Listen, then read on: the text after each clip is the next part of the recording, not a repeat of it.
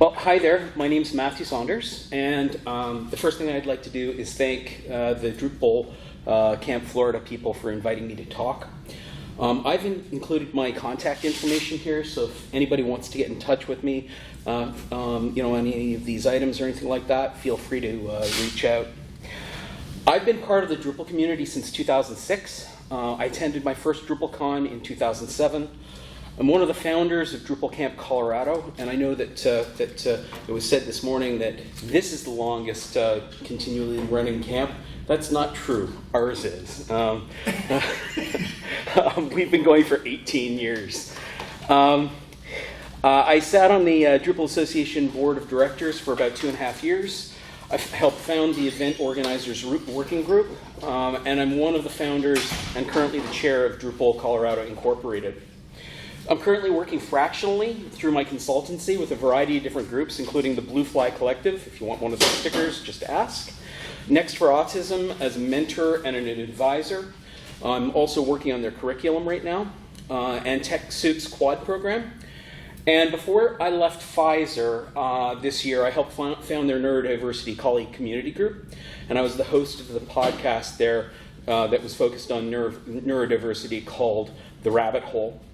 And like I said earlier, shameless personal plug, I'm actually looking for contract work or permanent work right now. So if you see anything that would fit, that'd be great. I'm going to start by saying I am not broken. I don't need to be fixed.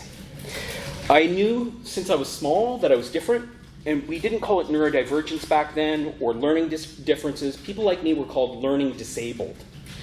And my disabilities were considered bad enough that I was legally entitled to accommodations from the Canadian and Ontario governments, where I lived at the time. In 2019, I began my public journey as an advocate for the neurodivergent people by presenting at DrupalCon Amsterdam. That's where I sort of announced to the world my neurodivergence. And that session told my story of being a neurodivergent person navigating through a neurotypical world.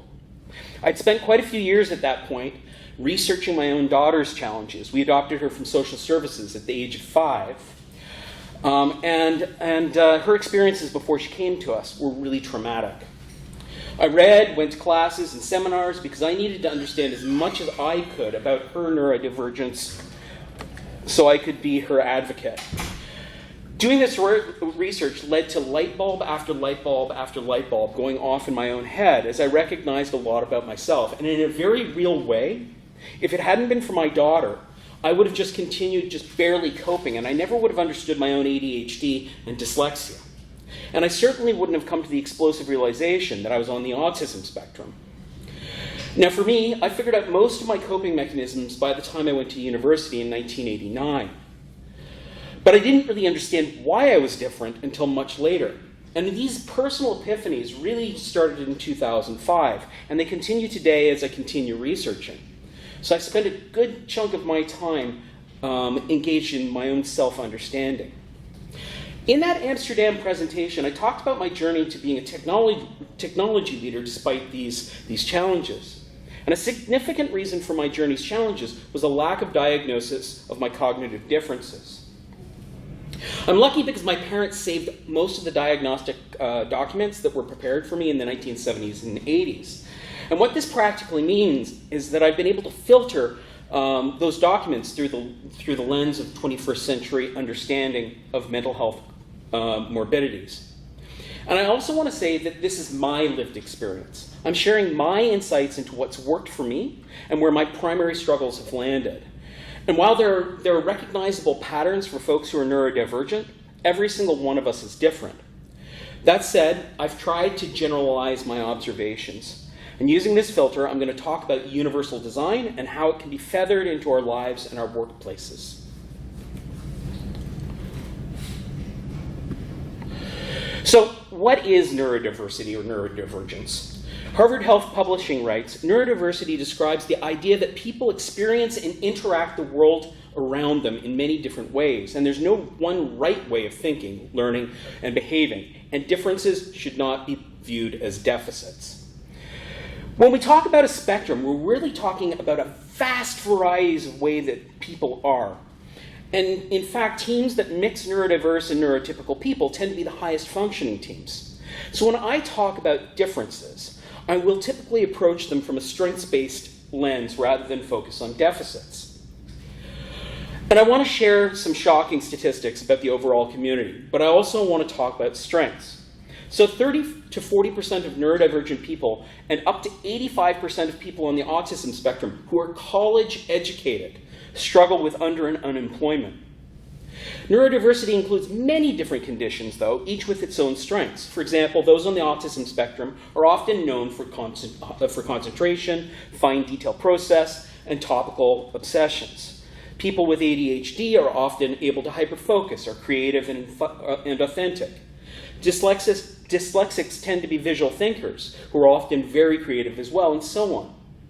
In fact, it's estimated that 20% of people have some kind of neurodivergence. So up to 1 in 5 people you may meet living in a world that is defined by systemic exclusion from opportunities to be a productive member of society. Our societal infrastructure of customs, habits, institutional protocols, and technologies create a society that can feel hostile to people who are autistic, ADDers, dyslexic, dyspraxic, dyscalculate, Tourette's, and a host of other cognitive differences. Simple things like light, noise, crowds, these can all feel hostile. And if simple things can feel that way, imagine how much more complicated ways society works could be perceived. So what I'd like to do is a quick activity. Go ahead and pull out your smartphone and click on the QR code there, and you're going to be asked to answer one question. Are you neurodivergent? Do you have a neurodivergent family member? Do you have a neurodivergent friend? Do you work with someone who's neurodivergent? Or are you not sure or don't know anyone? Except me, obviously, because don't count me, because that would skew the results, obviously. What I'd like to do, I'm just going to go here and let's see what those results look like. And we're a relatively small sample in here, so it would surprise me if it comes to I don't know anyone. But yeah, I mean, at the end of the day, what this really illustrates is that all of us are connected to those in the neurodiverse community. And it behooves us to think about and work on how we can help friends, colleagues, and family members experience a friendlier world.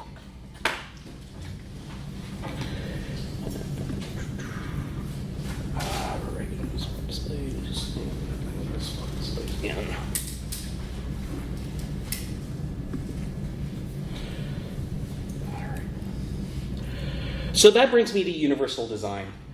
Universal design is a concept that involves designing products, environments to be useful to as many people as possible, regardless of age, size, ability, or disability. And the goal is to maximize usability without the need for specialized design or adaptation.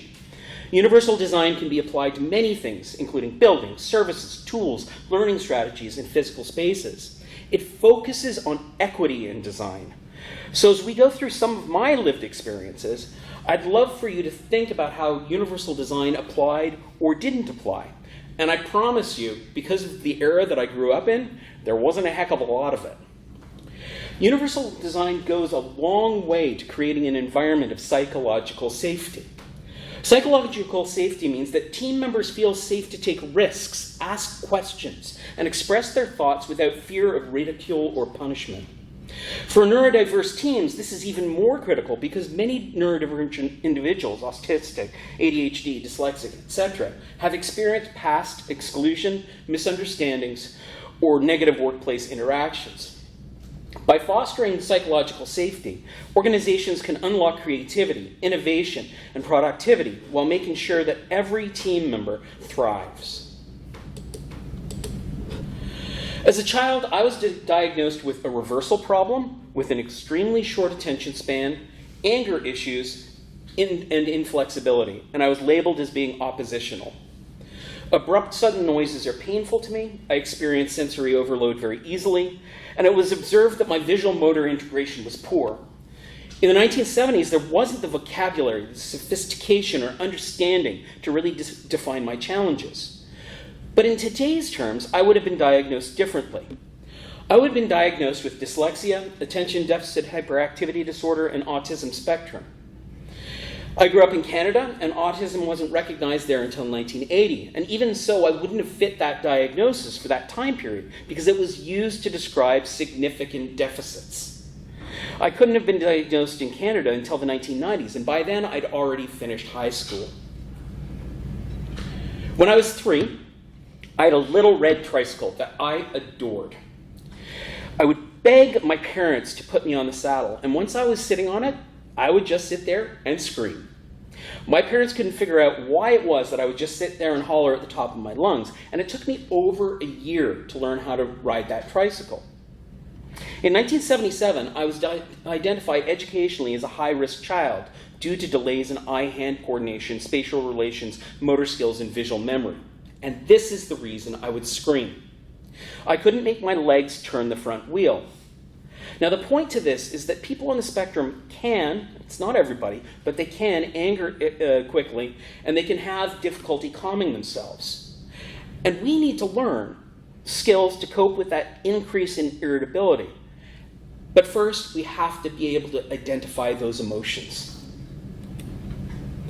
Dr. Kelly Blankenship and Dr. Noha Minashawi of the National Library of Medicine wrote, individuals with high-functioning autism spectrum disorders also exhibit difficulty in modulating their anger, which may lead to further difficulties in their social interactions. Because they have difficulty interpreting their own subtle changes in emotion, they're often only able to describe emotional extremes.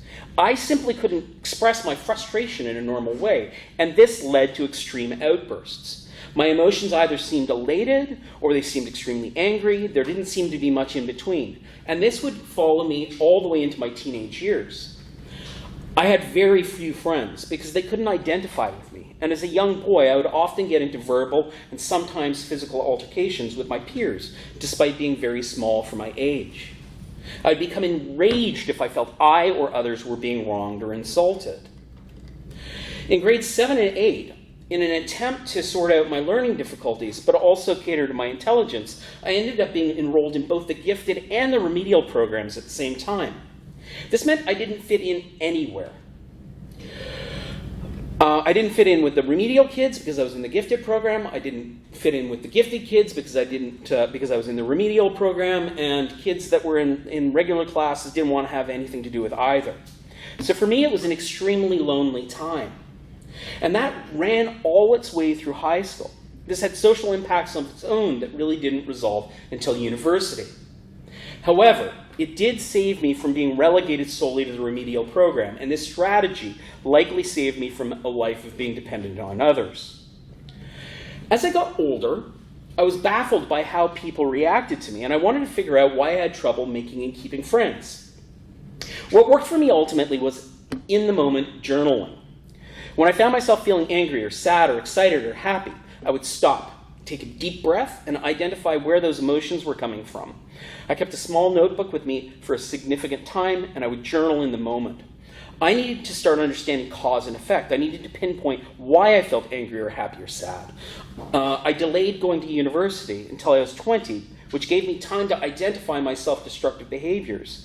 And I began short-circuiting them using reason rather than instinct. I literally hacked myself. The social impact of being an experiment by mixing remedial and gifted programs was on its way to resolving when I attended university. Because when I arrived, nobody knew who I was, and I realized that I could completely reimagine myself. There wouldn't be any of the stigmas that had built up through middle and high school.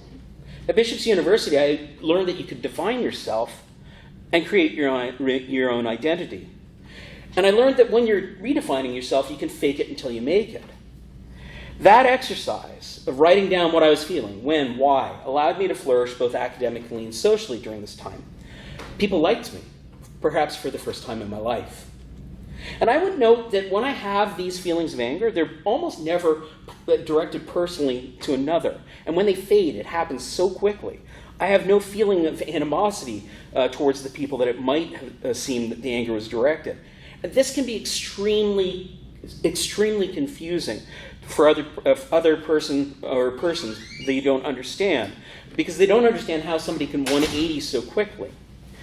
It also can be confusing for the neurodivergent person because they can't conceive of why people around them are still upset after they've given up that irritability so quickly.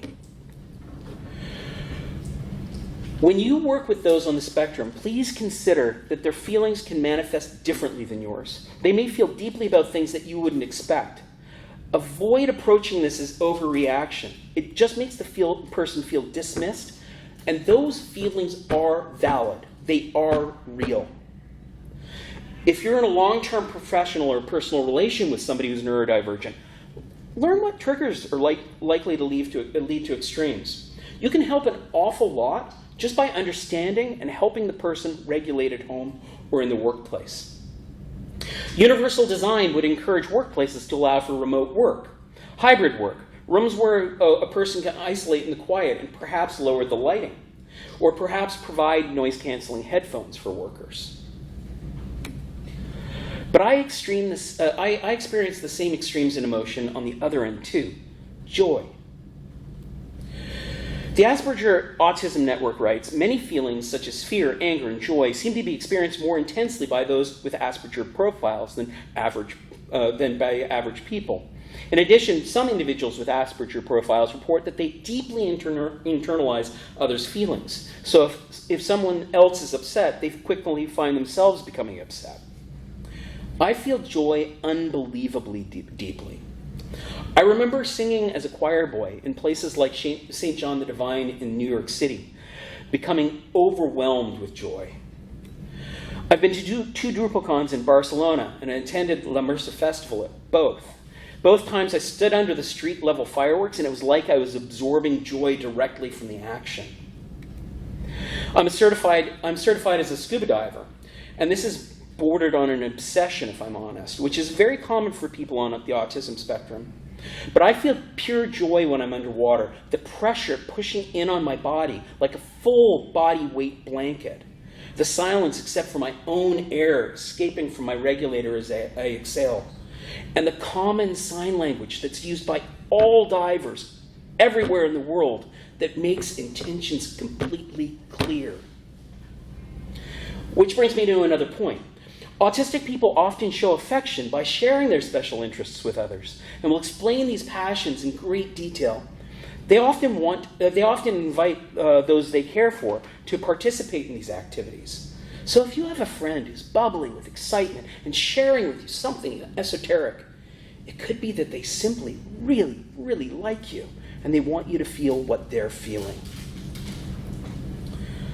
As a child, it was observed that I had a massive vocabulary and excellent word discrimination compared to others in my age group. I scored extremely high on my verbal IQ. However, traditional learning failed me. Nobody knew how to teach me. I seemed distracted all the time.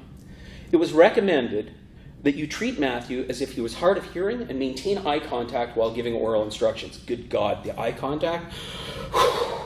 Bah. And get his attention span, his attention span is so short and he's so easily distracted that it's possible for him to not hear or retain oral lessons. But here's the thing, if you were to sit me down, say, at a music concert, an opera, an operetta, Broadway show, I would sit quietly until the end of the show, consuming every single minute. I was able to pay attention, but not in the ways that teachers wanted me to. I would obsess with other things that interested me and not focus on the lesson right in front of me. And my parents were told that they should prepare for the fact that I might never learn to read or write. However, that report of an extremely short attention span wasn't correct. I needed the proper motivation. And the obsessive behaviors that can come with those on the autism spectrum when something is interesting made that literacy prediction false. You see, my siblings and my father were part of a church choir, and I desperately wanted to be part of that experience. I was in the second grade, though, and I couldn't read yet. And under normal circumstances, children in the second grade should be able to read 50 to 90 words per minute. The choir master had me read from a hymn book, and I just couldn't do it. He told me that until I could read, I wouldn't be able to join the choir, and I was inconsolable. I felt stupid and left out. But I was fortunate. My father was an English teacher, And he sat down with me every night, writing letters, words, then short sentences, longer sentences, and eventually short stories on the back of used dot matrix paper. And I bet you anybody my age can hear this slide. We spent 2 months or so every night after supper drilling. My mom and dad would find me drilling on my own, often having to force me, crying and screaming because I didn't want to stop, to go to bed. And 10 weeks later, I went back to the choir master and asked him to test me again. He was incredulous because I'd done so badly 3 months earlier. After that test, he invited me to join the choir. I had learned to read in less than 70 days. And not only that, I was reading at above grade level in both speed and comprehension. People with autism and dyslexia often thrive when learning is connected to patterns, to music, and structured repetition. This is known as repetitive obsession. Those on the spectrum who find something interesting can learn that thing incredibly quickly if they're motivated. So when you're working with somebody on the spectrum, young, old, or in between, a good tactic is to figure out what amuses them, challenges them, interests them. They will excel under those circumstances.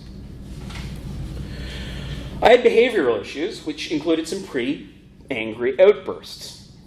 In retrospect, I realized that I was having significant challenges with transitions. I'm irritated by unexpected change. And when I feel myself tensing up and I can recognize that fight or flight response occurring over something as unassuming as driving somewhere using a different route or having an unexpected shift in my daily routine, I'll start to tense up. And what I have to do is just let it go, and I'll box breathe, and I'll ask myself a few questions. Is this a crisis? Is this actually a problem? What are the implications if I push back? And before I started engaging in that strategy, my first response would be to argue, which had negative professional and personal impacts. But this actually never came from a place of trying to be difficult or oppositional. Box breathing is a tool that can be used by everyone. So if you want to just close your eyes for a minute, what I'd like you to do is breathe in for 4 seconds, hold that breath for 4 seconds, exhale for 4 seconds, hold that exhaled state for 4 seconds, and then repeat it. Box breathing will immediately start to lower your blood pressure, your heart rate decreases, and you'll start to feel much calmer. It decreases physical stress symptoms in the body by significantly reducing the production of hormones linked with stress, such as cortisol. It's been shown that after deep breathing, not only do participants have lower levels of cortisol, but they have increased attention levels. It's been found that box breathing is useful in the reduction of anxiety, depression, and stress. Dr. Marcia Eckert wrote on Asperger's one-on-one site, before schools and parents and families label behavior problems as ODD, they need to explore thinking of the child involved. Though certain explanations of behavior might seem intuitive to the parent or teacher, this behavior might not be intuitive to the child with Asperger's syndrome or nonverbal learning disorder. Ideally, once teachers and parents get it, they'll be able to be helpful and provide meaningful explanations and valuable insight instead of creating a negative experience. This takes time, but it's well worth it. As a child, I actually didn't understand consequences. I wasn't good at connecting that action A would lead to consequence B, good or bad. And this would come across as oppositional. So I have to run through scenarios so I understand the consequences of my actions. This happens incredibly quickly, but I have to think about it. I might cycle through a half dozen outcomes in less than a second to decide on the best one. I've intellectualized these responses rather than having instinctual recognition. And I never realized until adulthood that most people just naturally extrapolate consequences. And learning this has been essential to my being able to integrate successfully. Remembering names is difficult. I've never been good at them. I remember faces, places, events, but keeping a person's name in my brain is extremely difficult. I'm introduced to somebody, and 5 minutes later, that name is gone. And this isn't just in my personal and professional relationships. I also have a hard time with the names in books, movies, TV shows. I see pictures of people in my mind, but that doesn't connect them to their name. And there are probably a couple of good reasons for this. People with ADD often have poor working memory, and names are a pretty abstract thing. So learning new names is obviously tightly connected to short-term memory. And the best way for me to remember someone's name is to create a mnemonic device in the moment, associate that person's name with something else, or repeat that person's name over and over and over again. And these can be pretty weird things to do when you're first introduced to somebody. So one of the things that I do, I plan ahead of social gatherings and meetings, and I'll remind myself of people's names that I know will be there. I write a note on my phone or on a piece of paper that I keep in my pocket. Stimulus and stress make this so much worse. Names go out the window entirely. I can even forget the name of a close friend. Remember, crowds freak me out. There's just too much going on. And while I love meeting people, I find it exhausting. Each person is a puzzle that I have to sort out to negotiate that new relationship. So if I know that I'm going to be in a situation like that, I'll often pick one person who I know and trust, and I'll ask them, please keep an eye on me. I may need help to regulate. If someone on your team is neurodivergent and they tell you they're experiencing too much stimulus, believe them. Help them get to a quiet place. Lower lighting can help. So remember universal design. Quiet places with lowered light can be good for everyone. It really behooves workplaces and public places to make them available.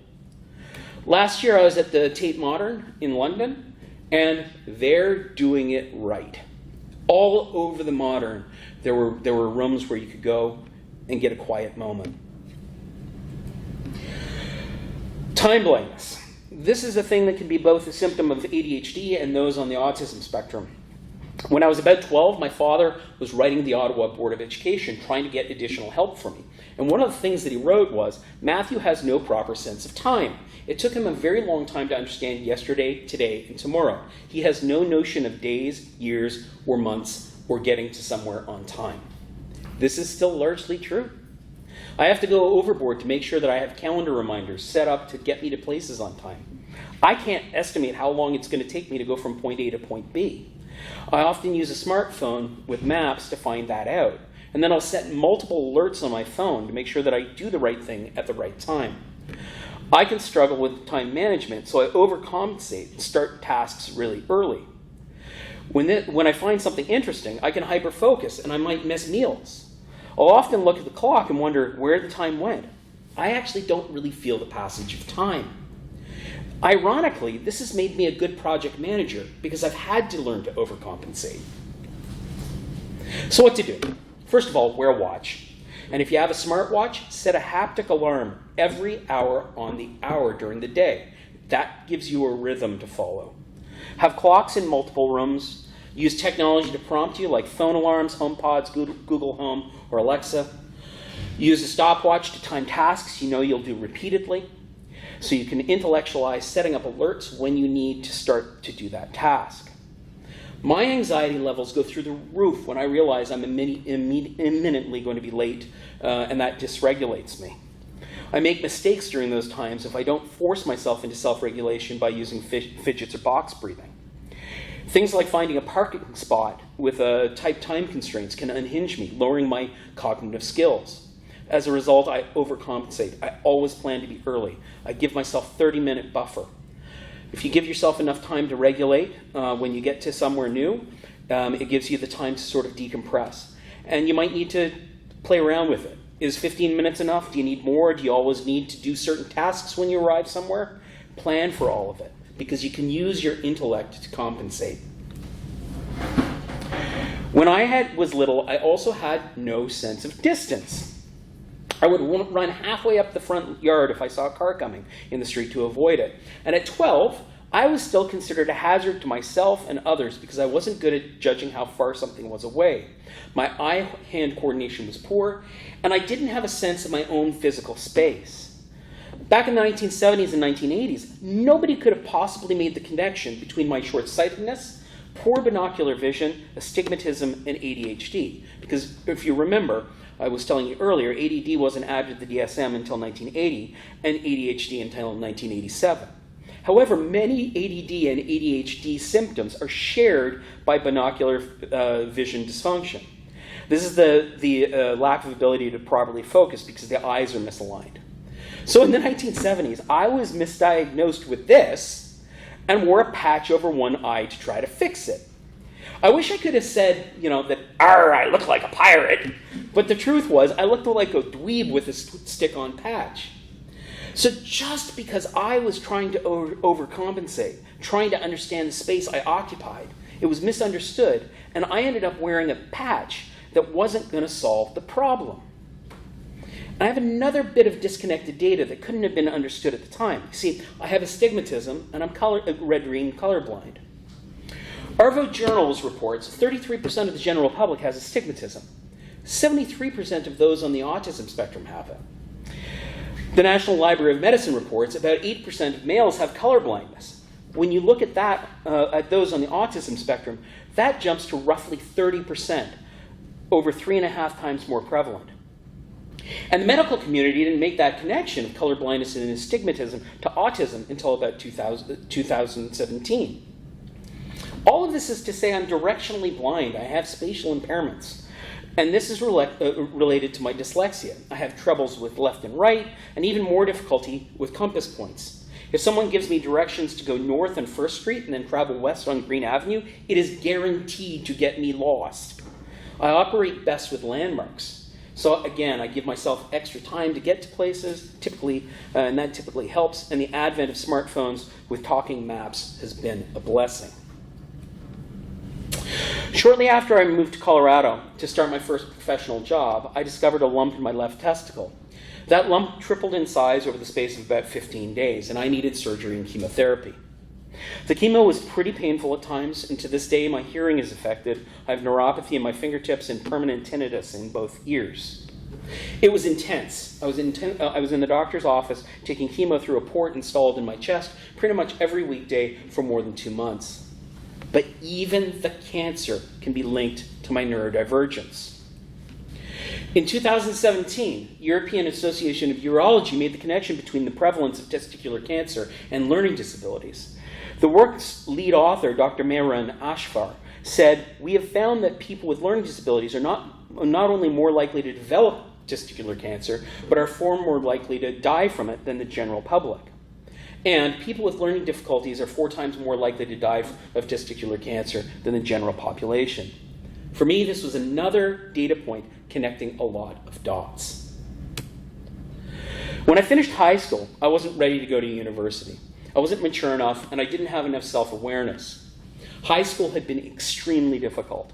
I didn't understand people very well, and they didn't understand me. I constantly misread intentions.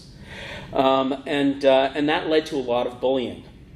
In 9th grade, I was taped to the football goalposts, 2 feet off the ground.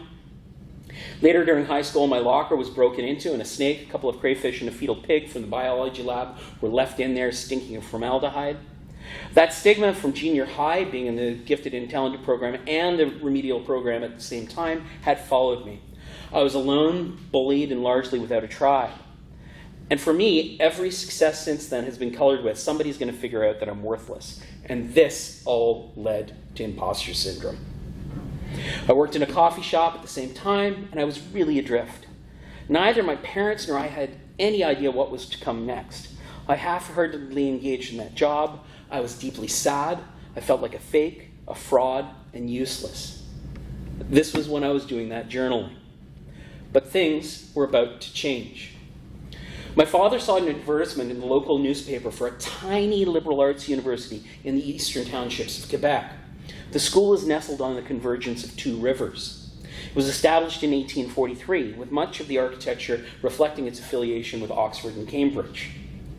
When I toured the university, it became immediately clear that the school's size, 1,700 students, was ideal for my needs. And I applied in fine arts and theater. I was accepted, received several scholarships, which at the time seemed absolutely crazy to me. My largest class was 40 people. My smallest was about 7. And I started school feeling like I was a fraud, and that I was just waiting for a teacher to call me out for all to fall apart. I was waiting to be bullied and shamed, but none of those things happened, and I flourished. People who have ADD and ADHD can do very well in the workplace, but undiagnosed, they might attribute symptoms to anxiety and depression. It can affect self-esteem. You can feel like you have character flaws that lead to feeling shame. You can have a lack of confidence. You might get praised for how hard and long you work, but part of the reason you're working long hours is to compensate for the inability to stay on task for longer periods of time. This can make you feel like a fraud. It can lead to that feeling. Someday somebody is just going to find it out. I want to talk a bit about masking. Most neurodivergent people engage in masking. We model neurotypical behavior to fit in. Masking is exhausting. It takes a ton of energy to keep up. Now, it's fair to say that everyone, regardless of whether they're neurotypical or neurodivergent, engage in this at some level. You behave differently with your best buddies than you do with your grandmother. But for the neurodiverse, this is exponentially more difficult because we naturally only work in one way. For me, the first real exercises in consciously masking was that journaling activity I shared earlier.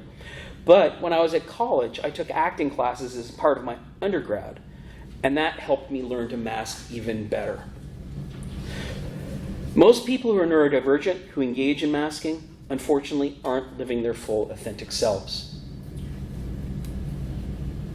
This last story is really just general advice. It doesn't apply to just those with learning disabilities. Even so, it's doubly important for us. After finishing my bachelor's degree, I moved back to Ottawa, and I worked as a lighting technician for a local theater. And I realized when I was doing that lighting tech work that I didn't want to be a theater technician my whole life. So I enrolled in a nonprofit management program at the University of Ottawa, which led to a job in an experimental dance company.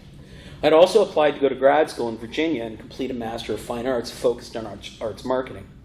That job was curious. It represented my first step to becoming a software technologist. And later I leveraged what I learned from the dance company when I went to grad school. It was 1995, and one of the things that I was hired to work on was the website. And I glibly said, sure, I can figure that out. But I didn't have Google to Google what's a website. I did know what the internet was because I was using Telnet to log into a crazy system called Lambda Moo, a giant freeform multi-user game. I met my wife there, actually. And I asked a friend on Lambda Moo what this web thing was, and he helped me quite a lot, pointed me to some useful information, and suddenly I was a webmaster. I had no idea what I was doing. And even so, I think most people were in the same boat, because in 1995, there were only 23,500 websites in the world. But one of the absolutely insane things I worked on that summer, remember, this was 1995, was real-time collaborative show with dancers, with multiple dance companies in different cities across Canada. So there were 5 cities, 5 dance companies, 5 sets of audiences, and we worked with a Canadian broadcasting company to do this, near real-time feeds between the different sites. Nobody had actually ever tried to do something like this before, collaboration at distance with performers and audiences, and it completely blew me away. And when I arrived at Virginia Tech, I explained my experience that summer to my committee. And my committee was incredible and allowed me to gather together a coalition of different departments to experiment with bleeding-edge technology for my thesis work. So rather than researching some aspect of arts administration, I experimented with digital storytelling using the web, imagery, live-action theater, stream live feeds, and pre-recorded video. I had to learn to code, to manage people, to string together networks and video codecs.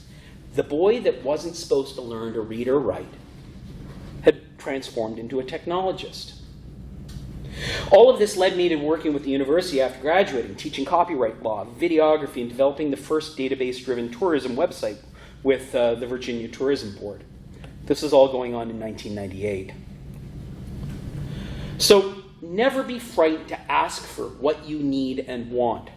The worst thing that can possibly happen is somebody can say no. Don't be frightened to do bold and crazy things. Do something that takes you completely out of your comfort zone, and assume if you keep applying pressure to it, you will make it work. Be fearless, and don't let the perceived consequence of failure cripple you, because the real consequence of success can be life-changing.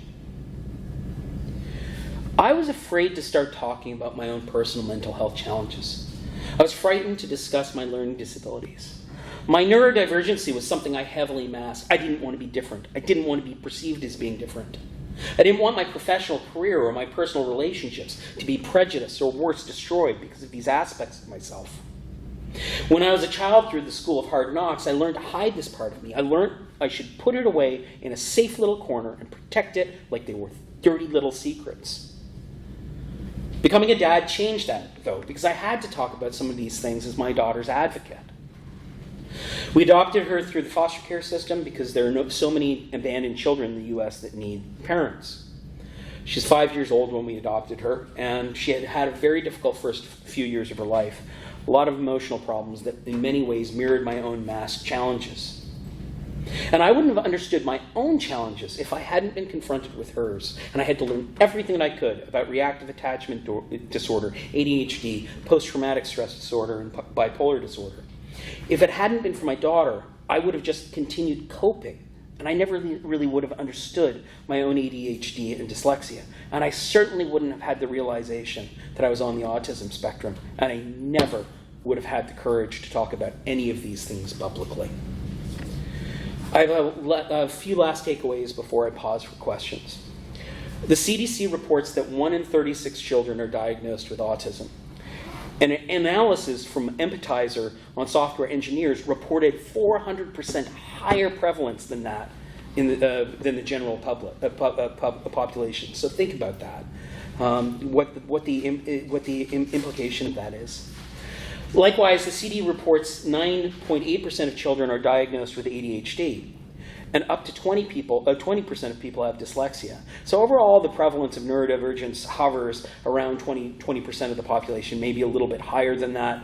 In some cases, there are comorbidities where more than one thing is going on at the same time.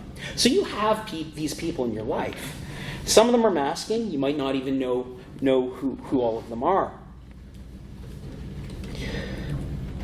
Keeping that in mind, use empathy. If you're on the spectrum, you have to work twice as hard to understand how how others perceive the world. And if you aren't on the spectrum, you need to work twice as hard to understand how your autistic friend, colleague, or partner thinks. Make patience central to your life. Patience is a muscle that needs to be exercised.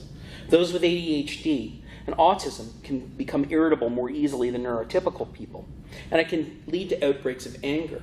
Practically, this means if you're neurodivergent, you really need to be monitoring why you feel the way you do.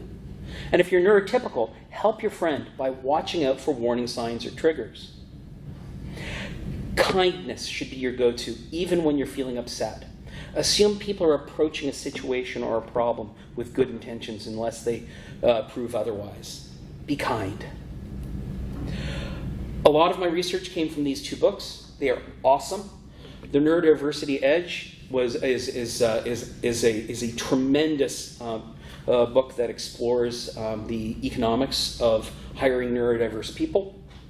Canary Code is a book about how you can work with neurodiverse people within your organization.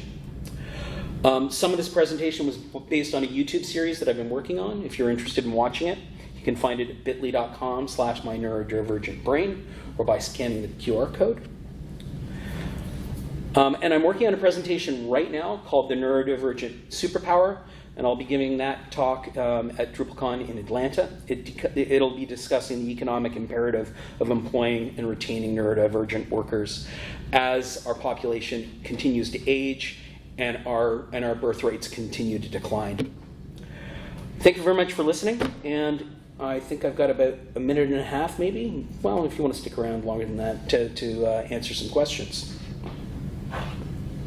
if you've got any.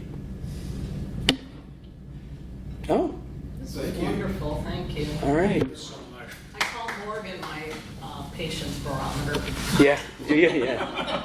Yeah, what you talked about with anger, that really resonates with me. I still, at 32 years of age, will lose my temper big time. I have a comorbidity. I have bipolar disorder as well as autism. So What It can get pretty ugly at times. what type of bipolar? I think it's type 2 because I tend to be more manic. I don't have a lot of down moments. I'm very restless, very productive with my artwork and music. I tend to be very active with kind of overactive, hyperactive thoughts in my mind. So I think that's considered type 2. That's type 2, yeah. Yeah, I mean, I'll tell you, I'm nearly 56 and I still lose my shit. Yeah, it just happens. It's part of the process. I think meltdowns. I was talking to a neurodivergent advocate based out in California who was putting together a list of like preeminent minds on the spectrum, and she said meltdowns are part of the process for even some of the most highest functioning. And I know people don't like talking in functioning labels, but I've actually pulled all of that kind of language out of my presentations. I don't talk about, although sometimes I'll talk about level 1, level 2, level 3 autism, because that resonates a little bit more. Because low functioning almost feels patronizing, and I know we use that in our presentation, but it feels like it might be disrespectful to people in that group who might have superhuman strengths of their own, I think. So I guess sometimes I get hung up on using that, but I'm trying not to use it. Spiky profiles, that's the way I talk about it. We have spiky profiles. We're really good at some things, maybe not so good at other things. And that's actually one of the reasons that integrated teams of neurodivergent and neurotypical people can be so highly successful, because you literally are shifting the level of excellence up, even though the level of non-excellence is there as well. But you're overlapping people who have incredible strengths with people who are maybe really just good at managing those people with incredible strengths, and that's one of the things that we'll be talking about in Atlanta. I think the issue I have more with the triggers is, as a neurotypical person, if you want to call me that, I also have triggers. Sure. That he triggers. So it's kind of like trying to figure out, will an employer also have triggers? Yeah.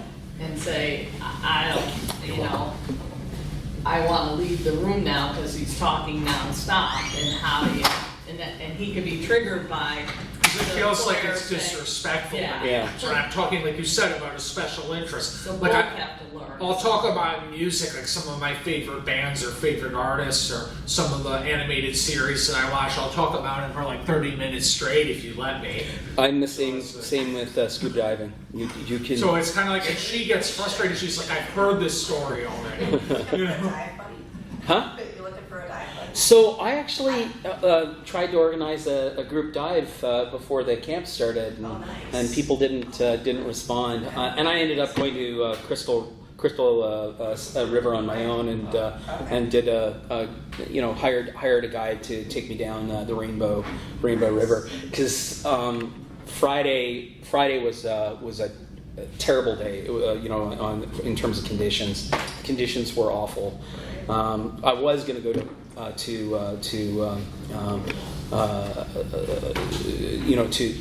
the eastern side of the state and go in the ocean, but anytime you want to dive, just let me know. If you want to try and arrange something next year, I'd be interested. Cool, yeah.